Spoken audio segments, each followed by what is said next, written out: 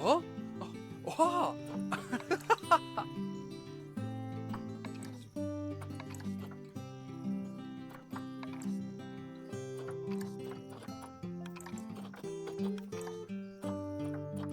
Whoa! Yeah!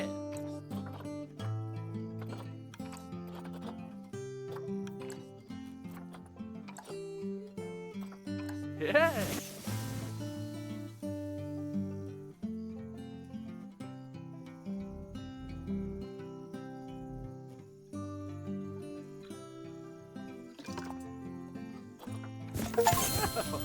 Oh!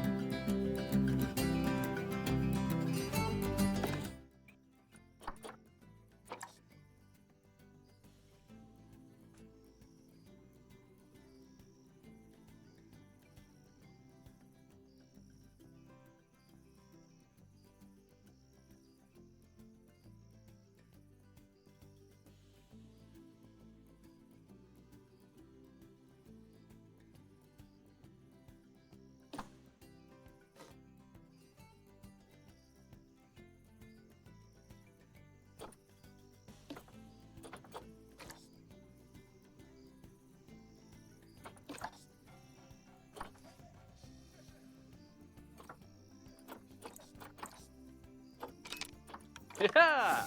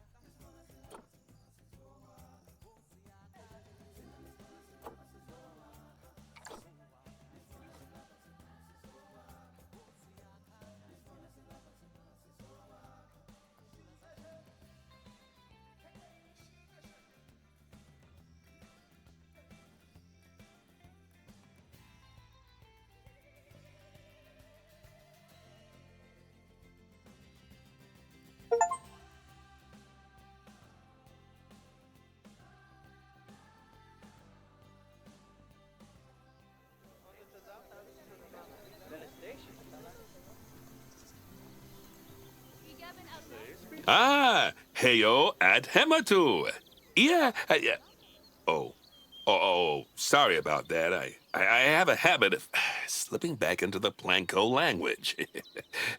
It's good to finally meet you in person. I'm Bernard, although I insist you call me Bernie. The only person who calls me Bernard is my wife.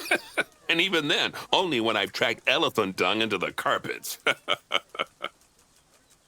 As you know, I own several zoos, but I always like to show people the ropes here at my home. This is the first zoo I ever opened, and a source of great pride for me. And prides, thanks to a lion breeding program we ran in the 80s. But we're in the middle of a big renovation, and that's where you come in. Sadly, our old contractor had to retire after developing a fur allergy. Poor devil kept sneezing his dentures into the lion habitat. So, it's up to you to finish everything off. Don't worry, though. I'm not completely throwing you into the deep end. My head keeper, Nancy Jones, will be lending a helping hand. Oh, she's a hard worker, and she'll expect you to be too.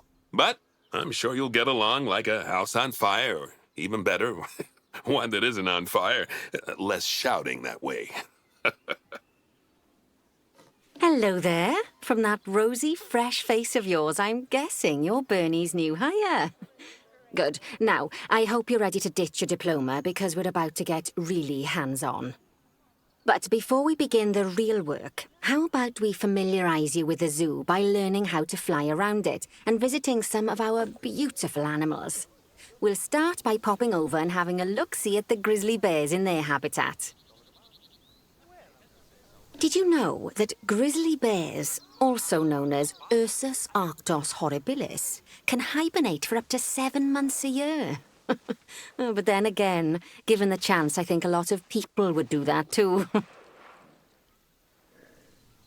Select one of the bears and you'll bring up its information panel. This is where you can find out all kinds of information about your animal, the most important thing being its overall welfare. You'll learn more about animal welfare today as we go through your objectives. But for now, let's enjoy this magnificent animal. Why don't you select the camera at the bottom of its information panel? See now, this is a fantastic way to get a close look at your animals. You can also get this view of an animal by simply double-clicking on it. Okay, when you're ready, let's pop over to the other side of the zoo and take a look at the lions. I've marked their location for you to find.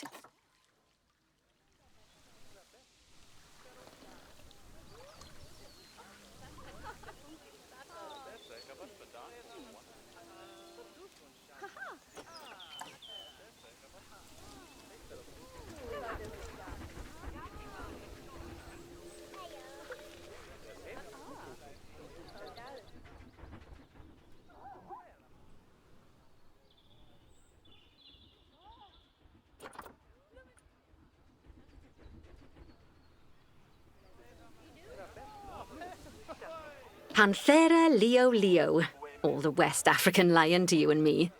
Lions are the most social of the big cats, and there can be as many as 40 lions in a pride, although prides of that size are pretty rare. As Bernie would say, those lions are awesome, which is precisely why I handle the training instead these days. Anyway, how about we get started on those objectives? Come on, let's head over to an empty habitat and see what needs doing there.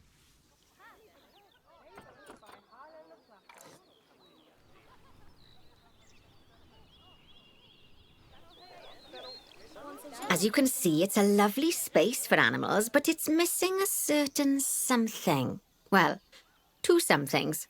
Warthogs. So I'd like you to adopt a pair of them. To adopt animals, we need to open the animal market, which is in the animal trading section. There we are, a pair of perfectly splendid warthogs for our zoo. Just click on them and select Adopt from the side menu. Normally, the animal exchange would be full of animals, but I've emptied out the market while you learn how it works. The last thing I need is you accidentally ordering a dozen elephants.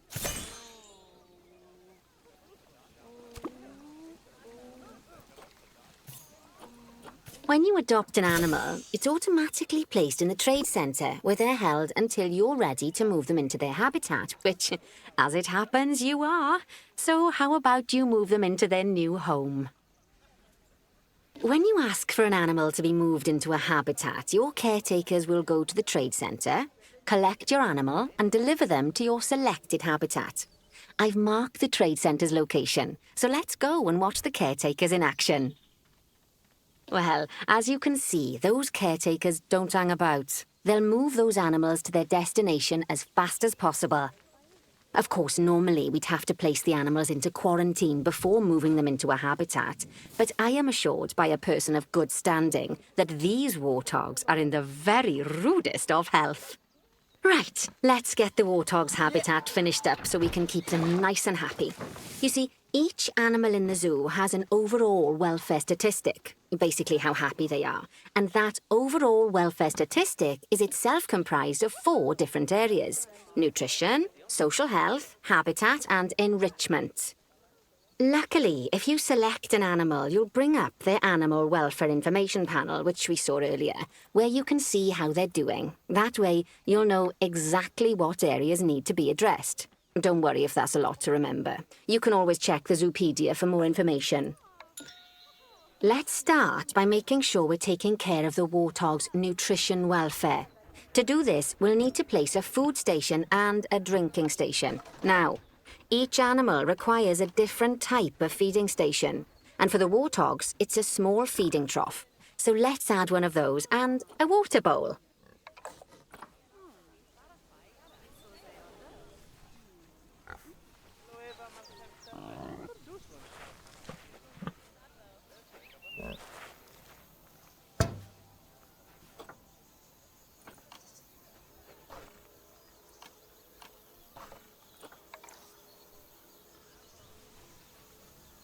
Animals also require stimulation to keep them happy.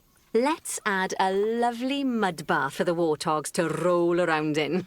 That bath will count towards their enrichment welfare, specifically their toy enrichment welfare.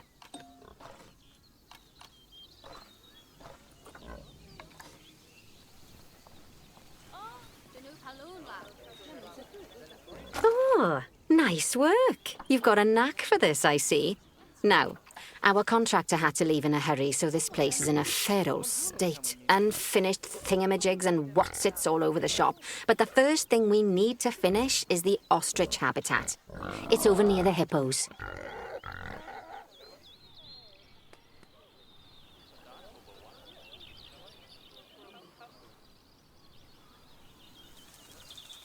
Oh, before we actually start building our ostrich habitat, let's pause the game. Just click the pause button in the bottom right corner. Ah, that's more like it. A quick break. Sometimes it's a good idea to pause the game whilst you're doing something which requires your concentration, because it'll stop the zoo spinning out of control while you're looking the other way. Let's keep the game paused while we get this ostrich habitat built. Okay. Job number 1 here is to add a habitat gate before we complete the barrier. Every habitat needs a habitat gate. After all, how else would the keepers get in and out? Just make sure it's hooked up to the path so the keepers can reach it.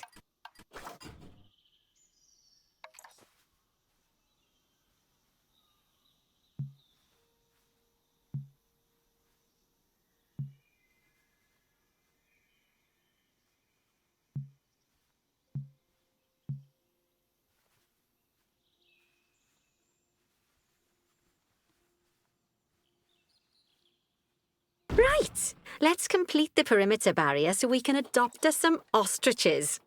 I've marked out an area for you to use, so I'd like you to finish off the perimeter using the brick barrier.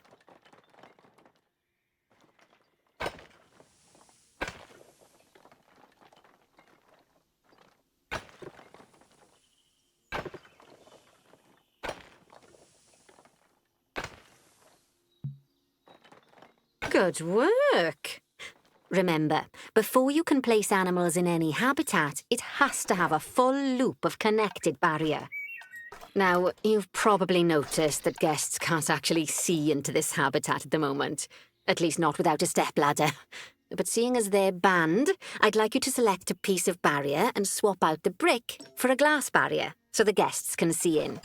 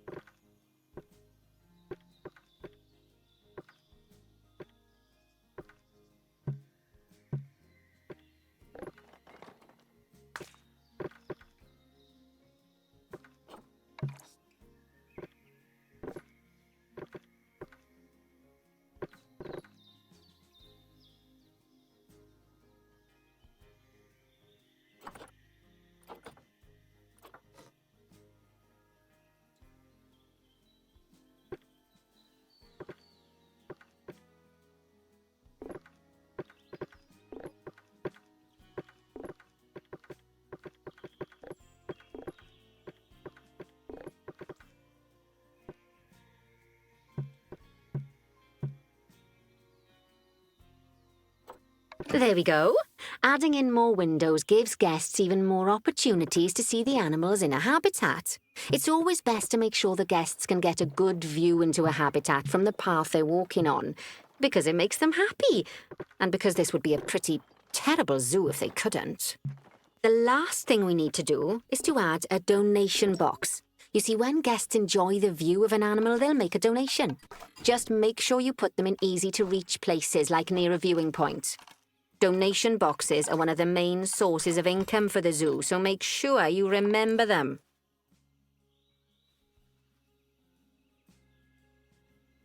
Now, before we adopt our ostriches, you should click the play button. After all, if the game's paused, then so are our caretakers, which will make it a bit tricky for them to deliver the ostriches, eh? By the way, as well as pausing the game, you can speed the game up by clicking on the fast forward button. It'll run everything at 2 times and 5 times faster. It can be useful, especially if you're waiting for money to accumulate or for animals to be delivered to your habitat. Personally, I use it when I'm waiting for a brew to finish.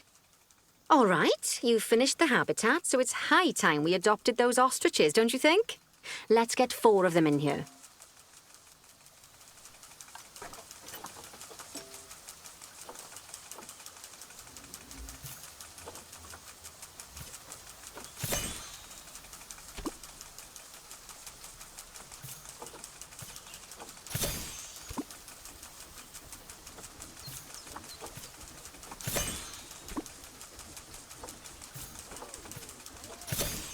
While we wait for them to be collected by the caretakers and brought to the habitat, you should get it ready for them. Add a suitable feeding station, water station, and an appropriate food enrichment item. It's often best to place things like enrichments and feeding stations near to the habitat perimeter, so guests can get a really good view of the animals.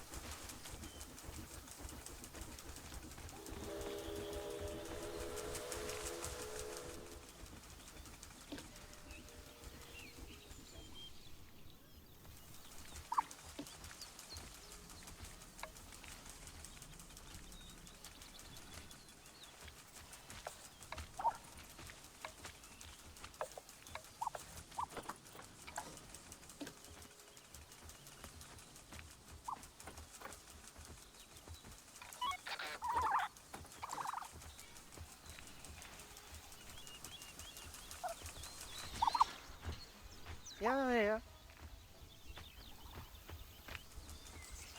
Get up!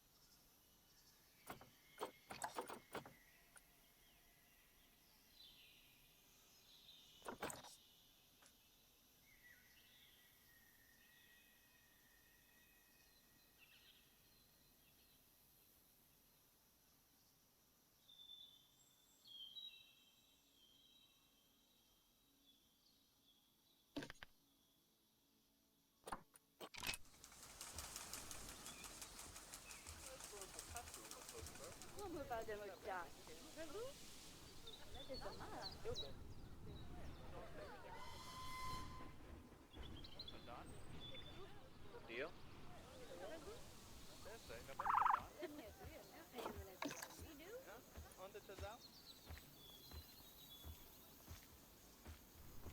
Bella Stacy.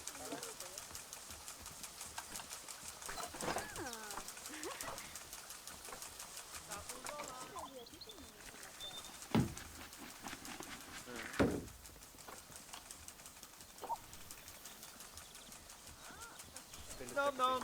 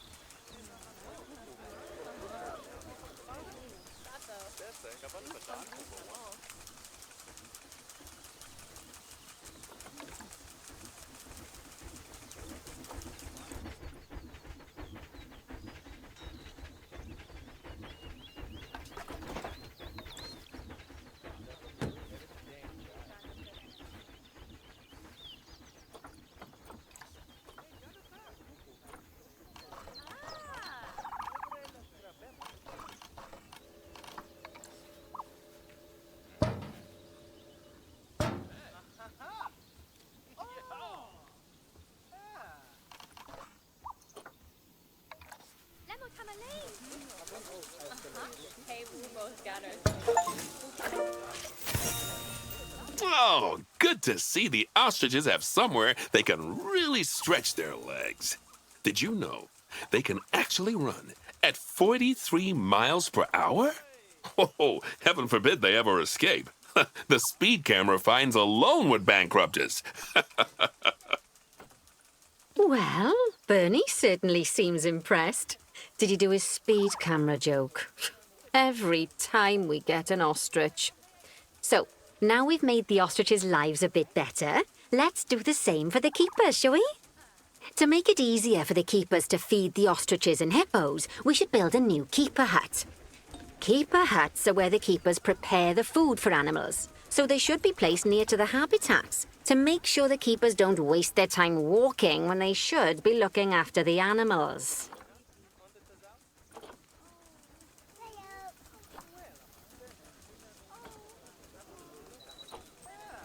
You'll need to rotate the keeper hut to get it to connect up to the path.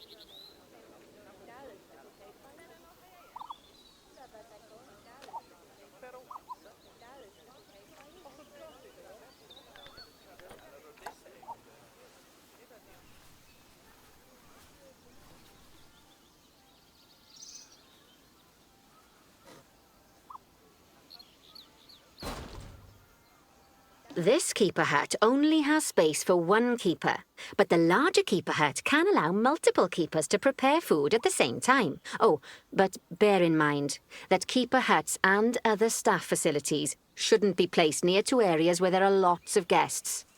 Guests don't like seeing facility buildings, and it can affect their happiness. Negatively. In case that wasn't clear. Something that all facilities, shops, and a whole host of other objects need is power. And that obviously includes your newly built keeper hut. So let's place a transformer next to it, shall we? Now, the reason everything has gone blue is because you're using the power heat map. This map allows you to see what is and what isn't powered in your zoo. So once you've placed your transformer, you can click in the bottom left to turn the heat map off.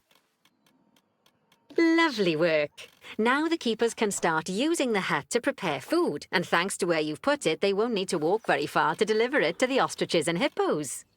Let's get on to your next objective then. Bengal tigers. We want to adopt some, but I'm afraid there's nothing ready for them yet. Head on over to the plot of land I've marked out. It's not too far away. Righty, your next job is to build a habitat. From scratch. And concrete and glass, I expect. So, go ahead and build it. Just make sure that the habitat includes that big hole we've dug. Oh, and don't forget to add a habitat gate to the barrier.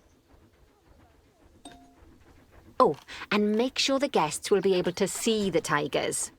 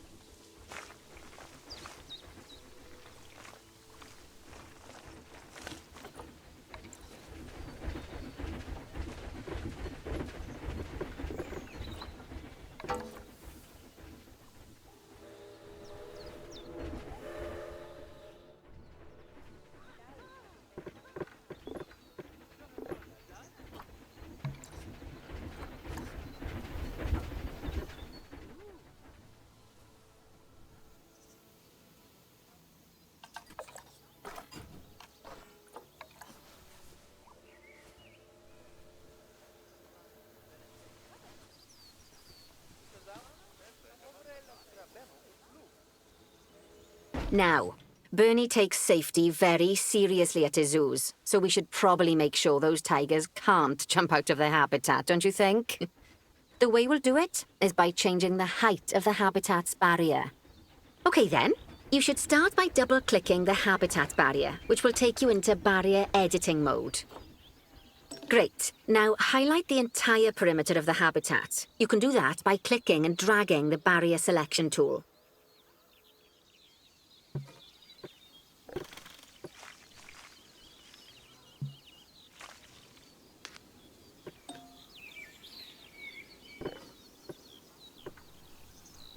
Now you've got all of the perimeter selected, you can increase the height of it by clicking and dragging the barrier height tool upwards. You'll want to make sure it reaches a height of at least 3.7 meters. Now that the habitat is in place, don't forget to put down a donation box near to your viewing areas. We need every dollar we can get. Especially as these tigers aren't exactly eating instant noodles for lunch. Okay, that's the habitat boundary complete, the habitat gate in place, and most importantly, the tigers won't be able to jump out of it anymore. I think it's time we adopted those tigers.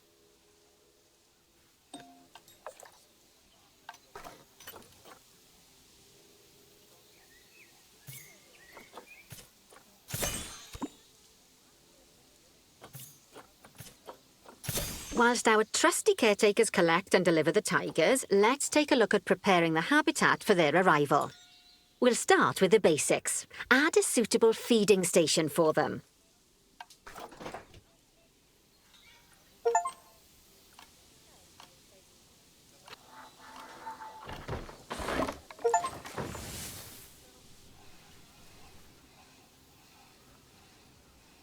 This time, instead of adding a water bowl, let's try something different.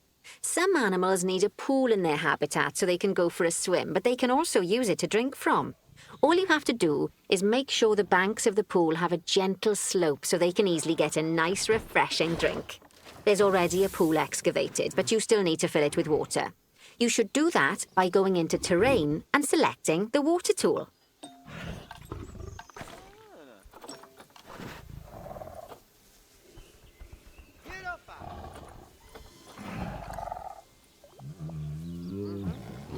Yes, that'll do nicely. Of course, just like the warthogs and ostriches, these tigers will also need some enrichment. Why don't you add some suitable toy and food enrichment items into their habitat?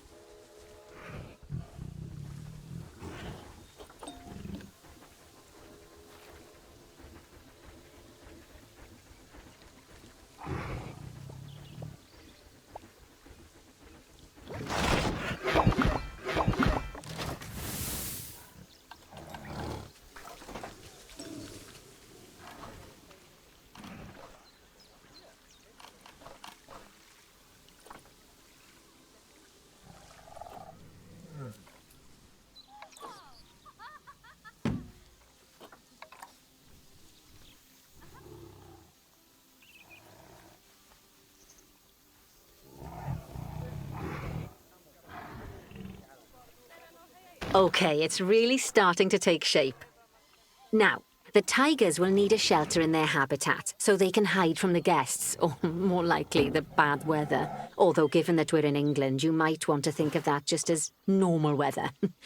Go on, add a shelter to their habitat. You can either build one from various suitable bits and bobs, or if you like, just pop down the blueprint that I've already built for you. Mop time.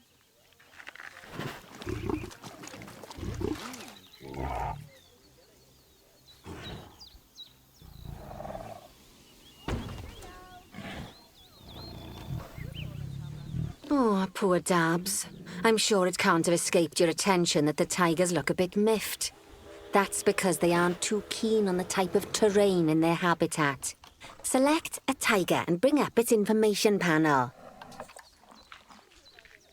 Rightio, click on the Terrain tab. That way you can view the terrain information and see how they feel about the different types of terrain.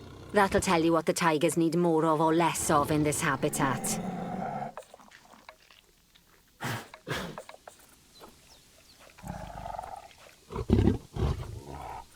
Okay then, open the Terrain Editing tool, select Painting, and give them some more soil. Yes, that should help with the habitat part of their welfare.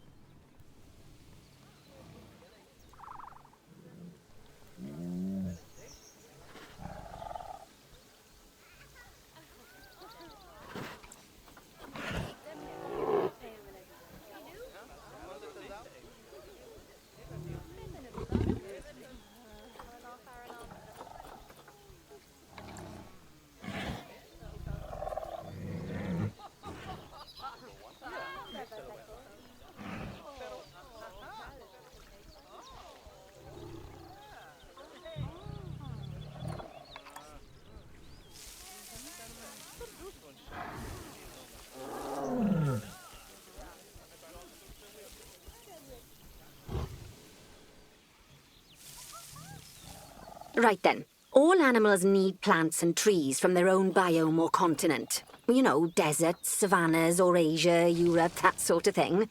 It looks like these tigers need a few more plants in their habitat. To get a perfect fit, use plants from the rainforest and temperate biomes that are native to Asia. Although if you have to, you can get away with using just one or the other. The tigers will also want a certain amount of their habitat to be covered by those plants. To find out which plants to use and how many, select a tiger and go to the Environment tab.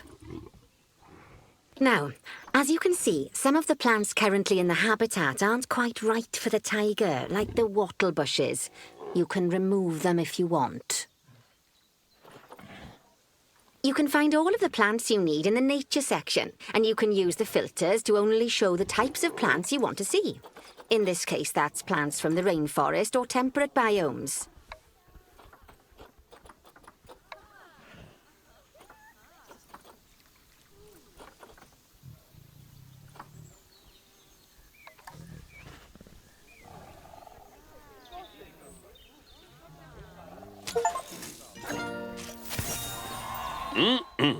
They say the good fences make good neighbors. I guess that's doubly true when one of the neighbors is a Bengal tiger. Still, those tigers look so happy that I doubt they'd leave, even if you did poke a hole in their fence. Oh, but for heaven's sake, don't test that theory. Right, let's head over to the Indian peafowls. I've been told that we need to improve their social welfare.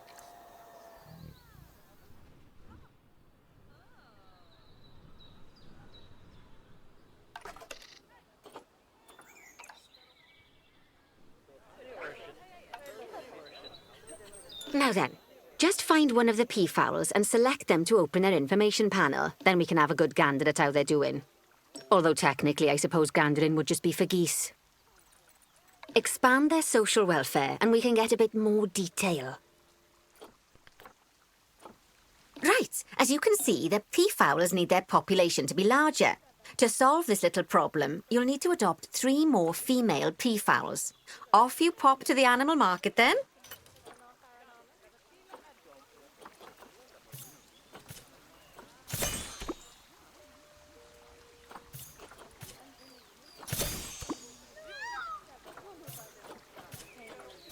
Good work on those peafowls. I expect they'll be delivered soon.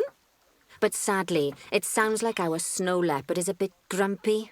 Let's head over there and see what's wrong with her. Just like people, animals can suffer from stress if things aren't quite right. You know, like when you see someone put in the milk before the tea bag. In the case of these snow leopards, they're a bit stressed by their lack of privacy.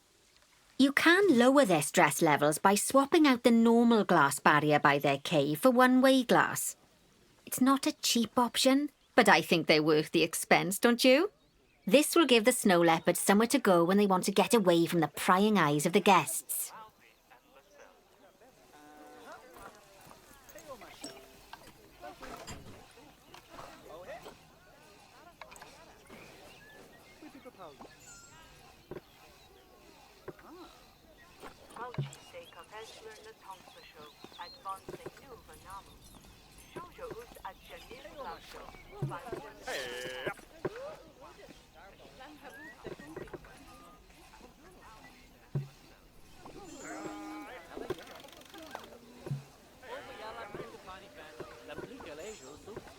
Of course, when an animal isn't in its natural biome, it's probably going to be too hot or too cold. Unsurprisingly for the snow leopards, it's too hot.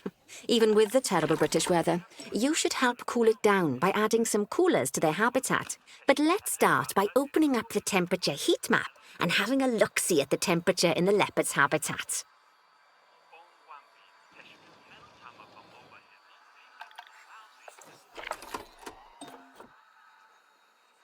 As you can see, we already have one cooler in there. Let's pop some more down and get as much of the habitat as chilly as we can. Luckily for us, this habitat already has power, but you'll need to make sure of that in the future. Just so you know, if any part of a habitat is powered, then the whole habitat will be powered.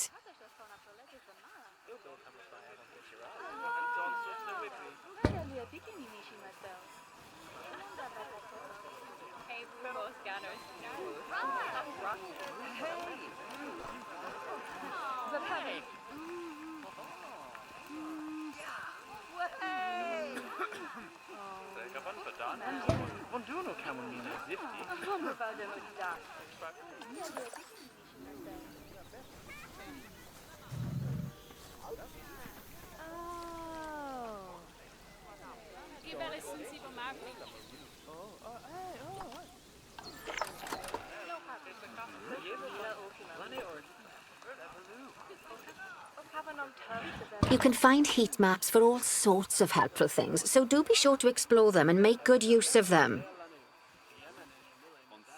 It'll take a little while for the temperature to adjust once you've added coolers or heaters, but now we've got the coolers in, we can address the leopard's terrain welfare. You see, what the leopards really want in here is snow and rock, so let's make that happen.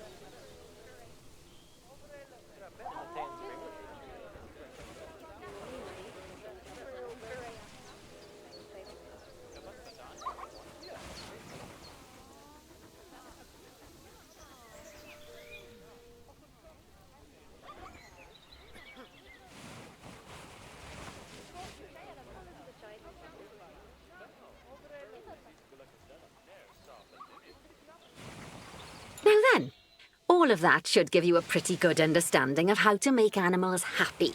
So I'd like you to go and check on all the other animals in the zoo and fix up any issues with their habitats. That'll increase the average welfare of the animals across the whole zoo. And that average welfare is a very important statistic. Now, to quickly see how all your animals are doing in the zoo, you should go into zoo management and then into the animals section. As you can see, this list shows you the animals' overall welfare. So if something's amiss, then you can quickly pop over to them using the locate button. Right, I'm off for a cuppa while you make sure all the animals are well looked after.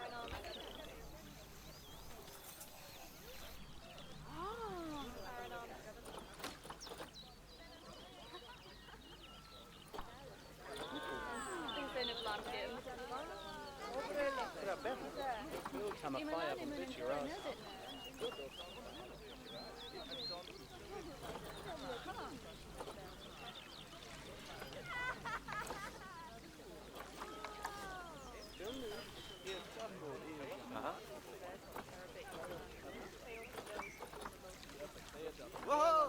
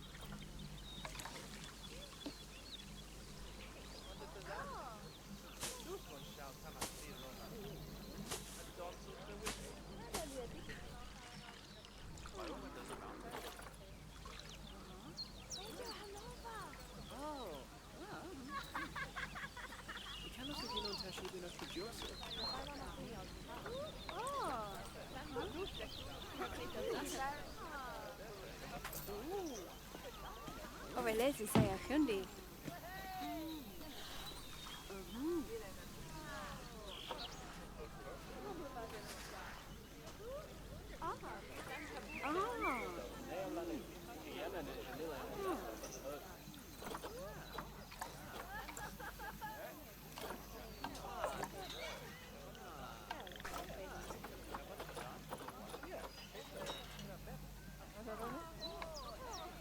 Get up!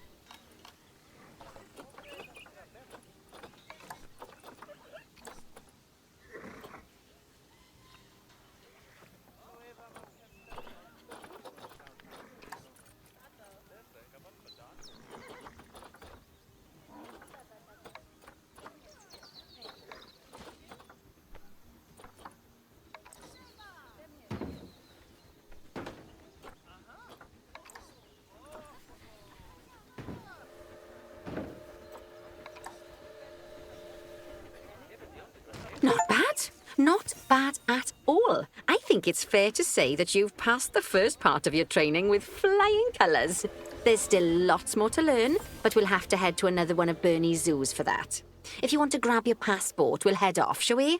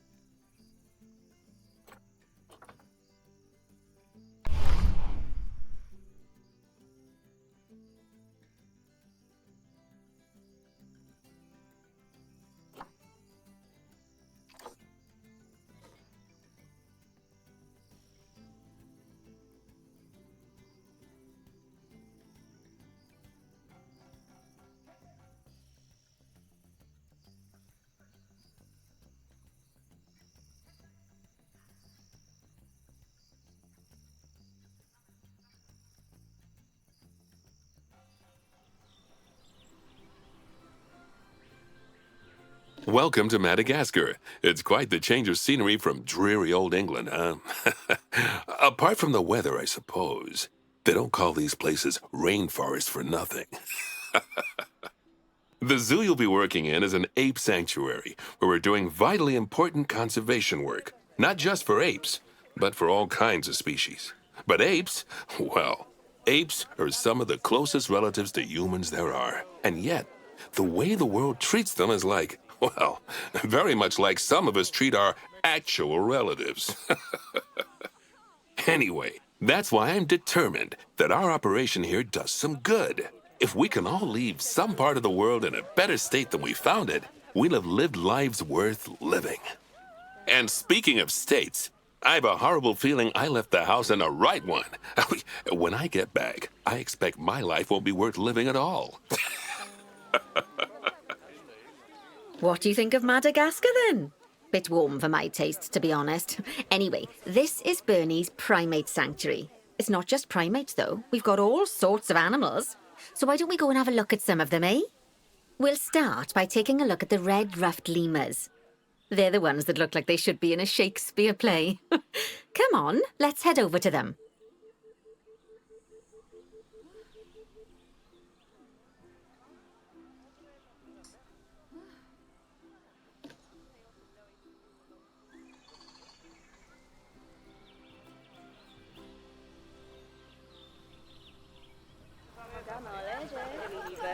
Red-ruffed lemurs are found in the rainforests of Massoala. That's in northeast Madagascar. They can actually live anywhere from 15 up to 25 years. Fancy that, eh? OK, when you're ready, let's go find our Bornean orangutans.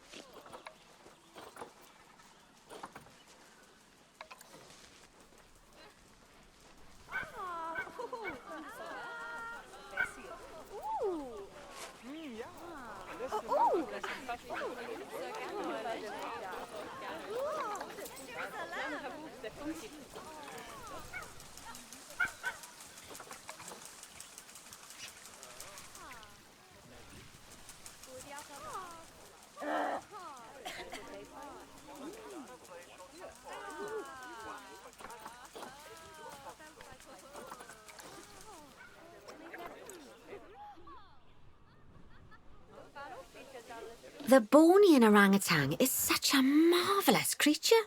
They're always a big favourite at any zoo they feature in, and they're also the biggest tree-dwelling animal on the planet. Assuming you don't count any lions that got stuck up one. Oh, why don't you take a better look at them? open up their information panel and go into the animal camera.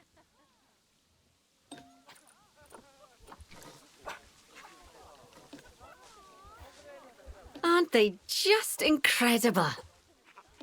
When you're ready, let's go and have a look-see at some of our beautiful bonobos. They're quite the characters.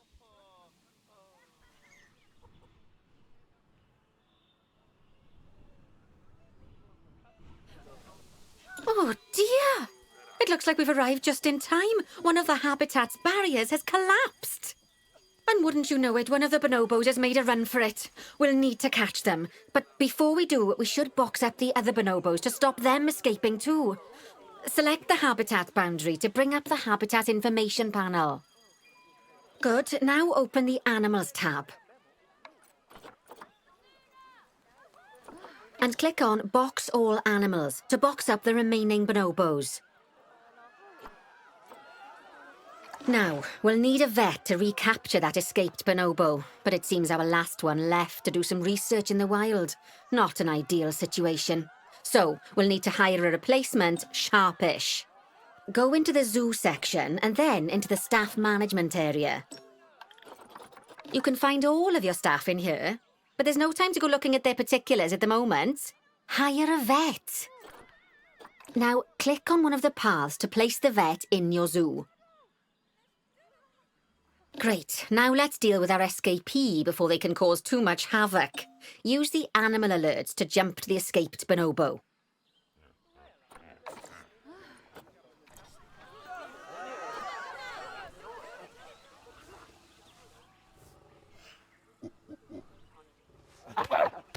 And then click on the Call Vet button to call the vet over to capture it. Okay, that's a relief. So while the vet deals with our bonobo friend, let's go fix up their habitat so they can't escape again. Head back over there.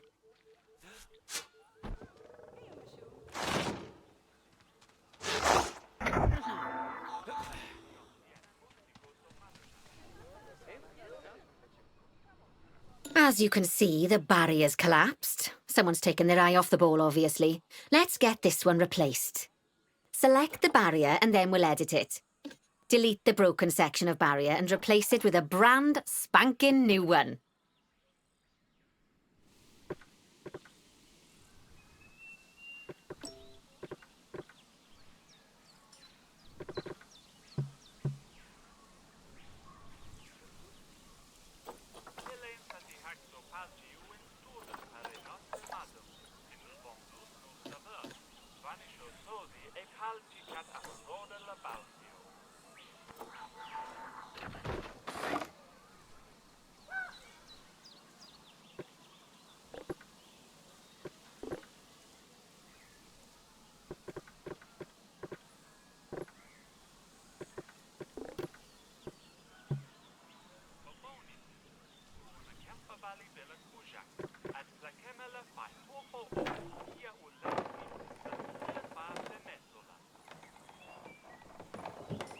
Good.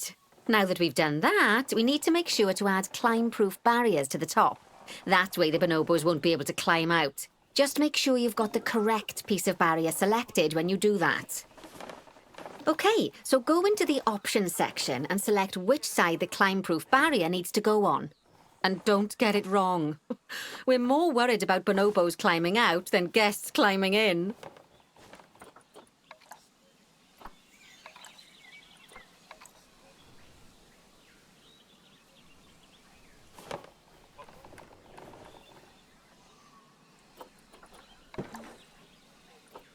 Nicely done. And I think it's high time we unbox those bonobos, wouldn't you say? The poor mites will get sad if we leave them in there for too long. Select the habitat barrier to bring up the habitat information panel again. And then open the Animals tab. And finally, click on Unbox All Animals to let them out. I expect some of them are fair bursting for the toilet. So, it turns out that as well as the old vet leaving, the zoo's mechanics did too. We'll need to hire a couple of new ones so we can help stop any more breakouts. You see, mechanics do all sorts of helpful things around the zoo, but one of their most important jobs is taking care of the habitat barriers. Without mechanics around to repair them, the barriers will crack, crumble, and fall down. And before you know it, we'll be overrun with escaped animals. Go into the zoo section and then into the staff management area again. Hire a mechanic and then click on a path to place them in the zoo. And then click on the path again to hire a second mechanic. As you can see, you don't have to go back into staff management if you're hiring lots of the same type of staff member. Oh, gosh, we have been busy, haven't we? Good work there. I'm off for a cuppa. Oh, I think Bernie wants a word with you. Oh, I hear you had a bit of an issue with an escaped bonobo. The main thing is that you dealt with it swiftly, and more importantly, without the animal stealing someone's clothes, putting them on, and then walking out of the front gate. You see, another key responsibility for our vets is animal research. Researching animals allows vets to unlock new enrichment items, additional information for our education resources, enhanced breeding programs, and improvements to food quality. Oh, the animals' food, not the vets. It'll take more than a research grant to improve the staff canteen. Anyway, as you can see, research is a key part of running your zoo. In order for a vet to undertake research, they require a research centre. And once again, that's something that this zoo is missing. So let's build one. I've marked out an area for you to put it. Now, you've probably noticed that there's already a building where I want you to build the research centre. Don't worry. You see, the building that's currently there is actually a hollow shell, so we're able to place our new building inside of it. If you select the research centre for placement and then hover over the shell, you'll see that it asks if you want to add the research centre to the existing building. OK, click to add it to the building. Oh, but that won't place it in just yet, though. First, we'll need to rotate our research centre so it automatically connects to the path when we place it.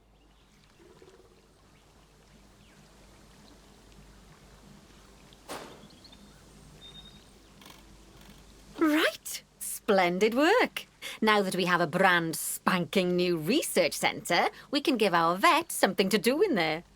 Oh, by the way, it's worth noting that the vets will only do research when they're not required to do any other jobs. That said, you can change what jobs a vet does via their information panel.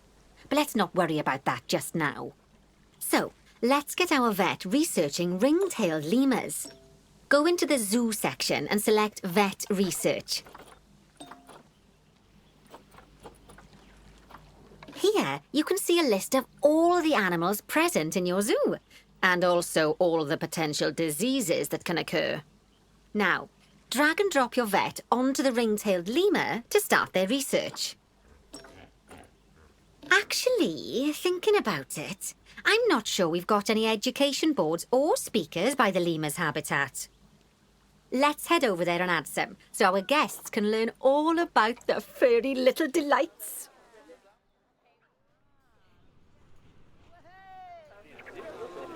First off, let's pop down 2 education boards. Place them on the habitat barriers at a height that guests can see, or, if you like, pop them down on a stand.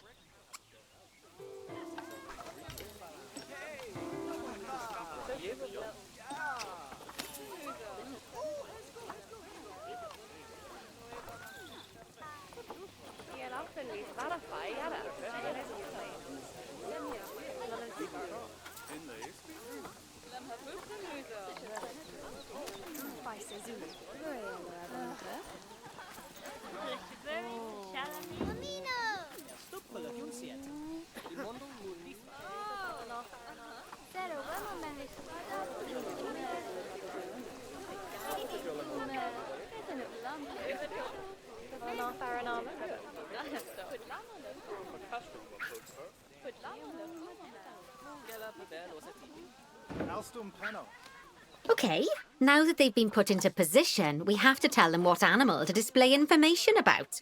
Select one of the education boards to bring up its information panel. And from the drop-down list, select ring-tailed lemur. Although I'm sure that last part was obvious. When you link an education board or a speaker to an animal, you need to make sure that said animal is close by. If it isn't, the guests will get confused and won't learn as much.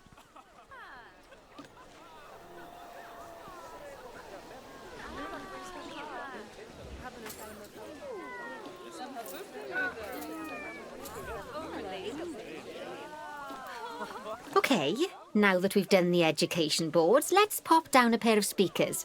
Speakers play audio to the guests so they can learn while they look at the animals, instead of having to go through the laborious process of reading.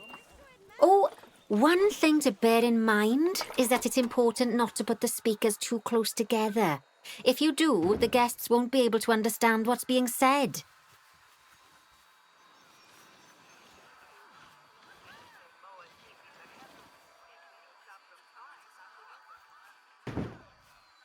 Now we simply need to link the speakers to the ring-tailed lemurs, just like you did with the education boards.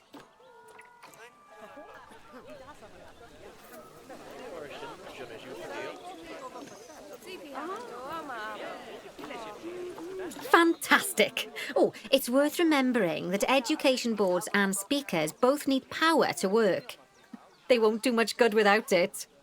Oh, it looks as though our vet has completed their research on ring-tailed lemurs.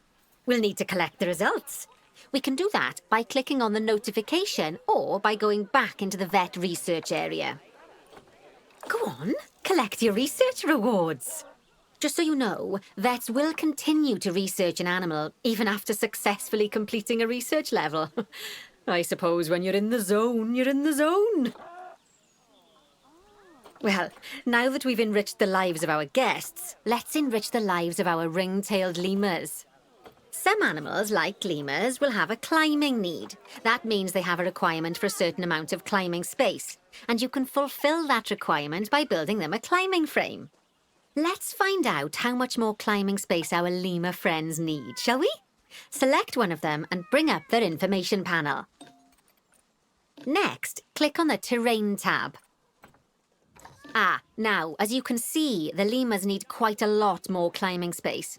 But as it happens, I've already got a climbing frame blueprint built for you. So you can either pop that down or build one yourself from scratch. By the way, it's not always just climbing needs that you have to worry about. Other animals might need a certain amount of water in their habitat so they can go for a swim. They certainly do keep us on our toes.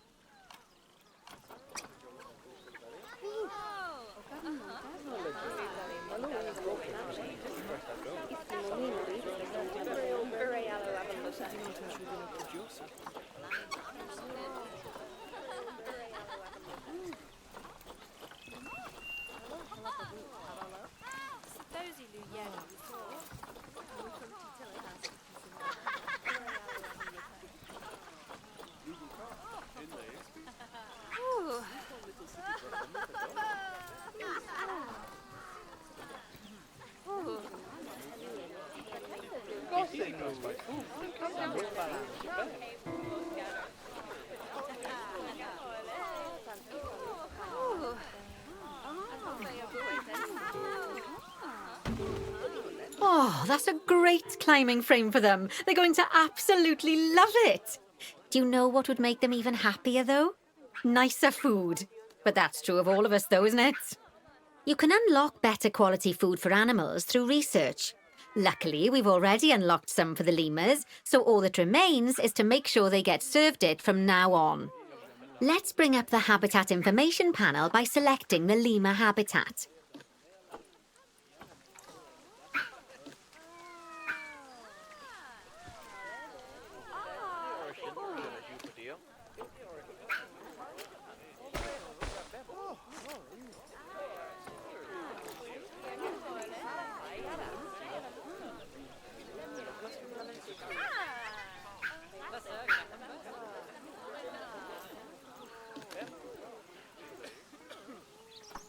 Lovely. Now select the Animals tab.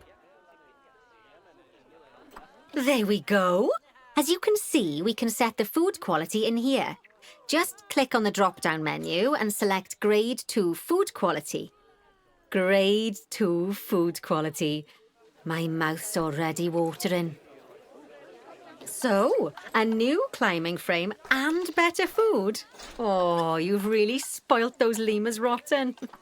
Now, I think it's time we looked at one of the zoo's most important responsibilities, releasing animals into the wild. You see, when we feel an animal is ready, we can release them into the wild. But what makes an animal a good candidate for release? Well, their age is an important factor. I mean, we can't release an animal that's a juvenile, just as we can't release one that's gotten too old. They'll also need to be fertile. After all, the idea is to repopulate the wild, so the best candidates will have a high fertility gene. And together, the age and fertility of a candidate will determine how many conservation credits will be rewarded when we release them. Now, conservation credits are vitally important. They're the lifeblood of your zoo, because earning them allows you to adopt even more animals. And what's more, the animals you can adopt will be of a higher quality. So, with that in mind, let's pop over to our orangutan habitat.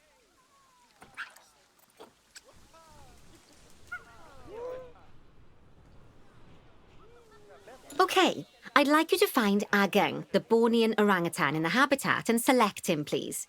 You can either click through each orangutan in turn, or select the habitat barrier, go to the Animals tab in the Habitat Information panel, and find him in the Animals list.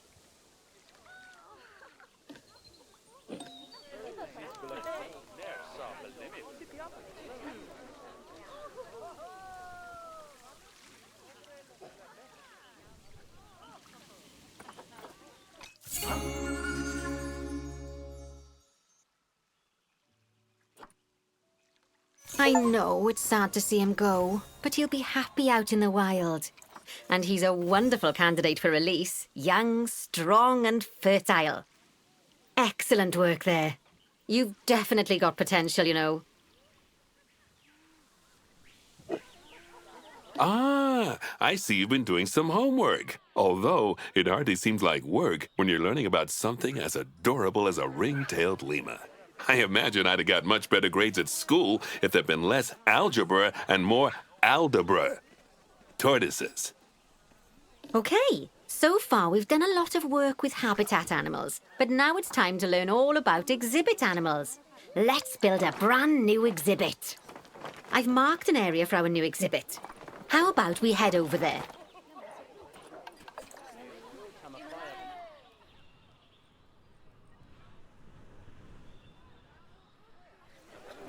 Lovely. Now let's build a new exhibit in the gap that's been left. Just add it to the building like we did with the research centre earlier, then pop it into the gap.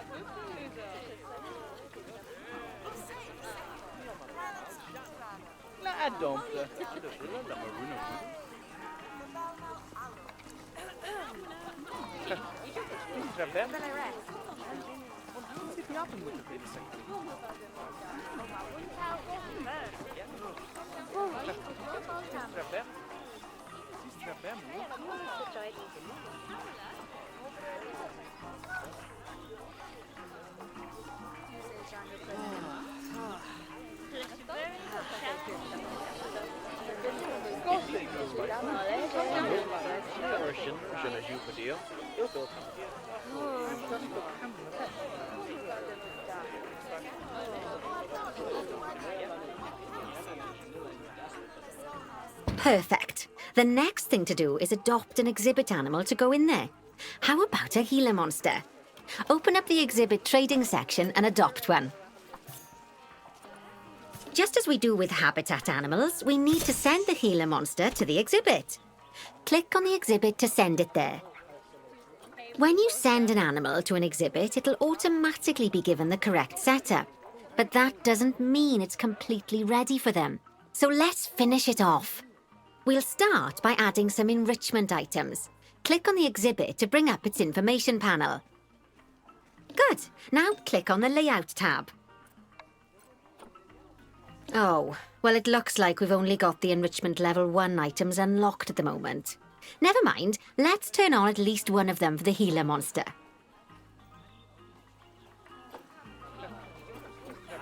As I'm sure you know by now, you can unlock more enrichment levels by having one of your vets do some research. Now, we'll also need to set the temperature and humidity in the exhibit. These are vitally important for keeping our Gila monster happy and comfortable. Click on the Climate tab. Here, you can see the Gila monster's desired temperature and humidity. You can change both of these by adjusting the dials below. Make sure it's going to be nice and cozy. That's the ticket. And the last thing we need to look at is setting up the different windows. So click on the Windows tab. You can edit and customize any of the windows on an exhibit. A window can be closed and blank, or have a two-dimensional background, or even a three-dimensional background on it. Why don't you have a play around with the options? There's also an exhibit education board. Pop them down near your exhibits to teach your guests about them. Let's add one now.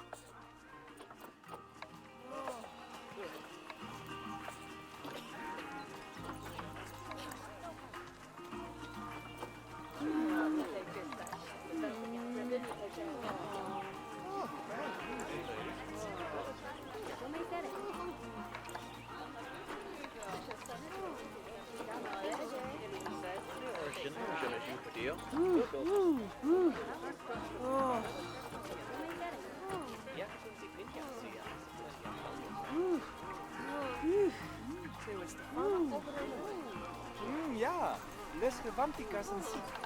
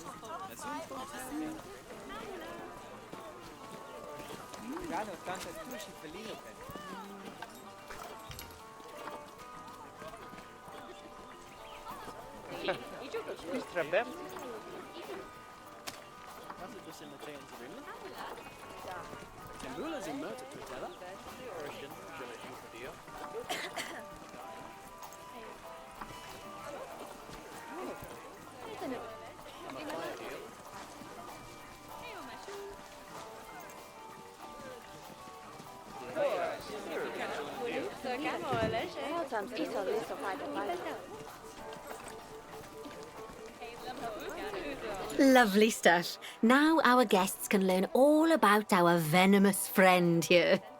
Right, now, I've got a bit of a big job for you. I need you to increase the number of species in the zoo. You'll probably want to adopt both habitat and exhibit animals to do so, which will mean building plenty of new habitats and exhibits for them. Go on, off you pop. I'll check in with you when you're almost done.